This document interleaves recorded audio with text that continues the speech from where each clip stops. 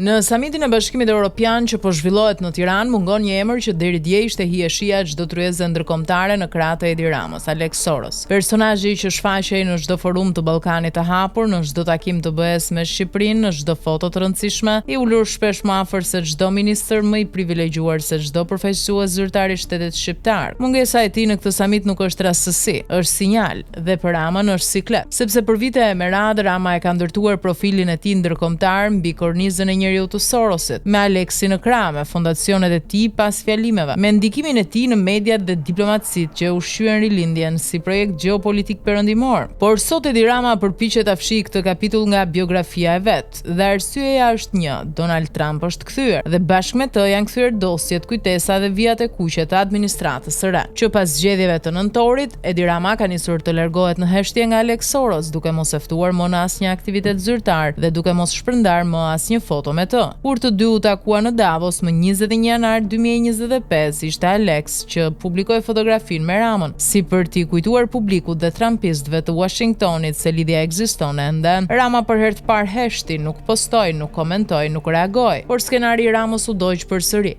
Më 14 shkurt 2025, në konferencën e sigurisë në Myni, Alex Soros publikoi sërish një foto me Edi Ramën, të bërë në skutat e godinës ku zhvillohej konferenca, duke i ekspozuar si politikan që luan me dy porta. Përmes Sorosit kërkon ndikim në Bruksel, ndërsa në prapasken përpiqet të afrohet me Trumpin. Ishte një goditje e heshtur, një hakmarrje simbolike që e vuri në siklet Ramën përpara të dy palëve. Dhe goditja finale erdhi nga shefja e kabinetit të Donald Trump, Susan Wiles, e cila i dërgoi një mesazh të qartë ekipit të zëvendës presidentit amerikan J.D. Vance. Kryeministri i Shqipërisë Edi Rama është kukull e Sorosit, i qëndroni sa më larg të jetë mundur. Kaq mjaftoi që takimi që Rama kishte ndërruar për javë të tëra me J.D. Vance të digjej brenda natës. Dhe me to u dogj edhe ambicia për të hapur një faqe të re me administratën Trump, e cila ka shumë më pak durim për maskat e vjetra me buzëqeshje diplomatike. Kjo është arsyeja pse Alex Soros nuk është në Tiranë për samitin e BE-s. Nuk është se nuk do të ishte i mirëpritur, është sepse Rama nuk guxon ta afrojë më publikisht, sepse lidhja me Sorosin nga mburoj është kthyer në një politike që i mbyll dyer në Washington dhe i rrezikon çdo tentativë për të hyrë në orbitën e re gjeopolitike. Por gjithçka është shumë vonë, sepse në arkivat digjitale të internetit janë të gjitha fotot me vëllain Alex, janë statuset me njeriu që ndihmon Shqipërinë, janë fjalimet që shpallnin Ramën si eksponent të strukturave globale të Sorosit. I pranishëm në çdo takim të Ballkanit, në çdo forum ku Shqipëria trajtohej si eksperiment i modelit Open Society. Tani kur erdhi momenti për të lidhur me Trumpin, Rama kërkon të harrohet ajo që e ka ndërtuar vet për më shumë se një dekadë. Por historia politike nuk fal dhe skenat diplomatike nuk harrojnë. Njëherë sorosist, gjithmonë sorosist, të paktën për Trumpin. Dhe tani që Alex nuk është më në rreshtin e parë të fotove, Rama nuk ka me këtë fotografohet, sepse Trump nuk e pranon dhe Sorosin nuk e fal.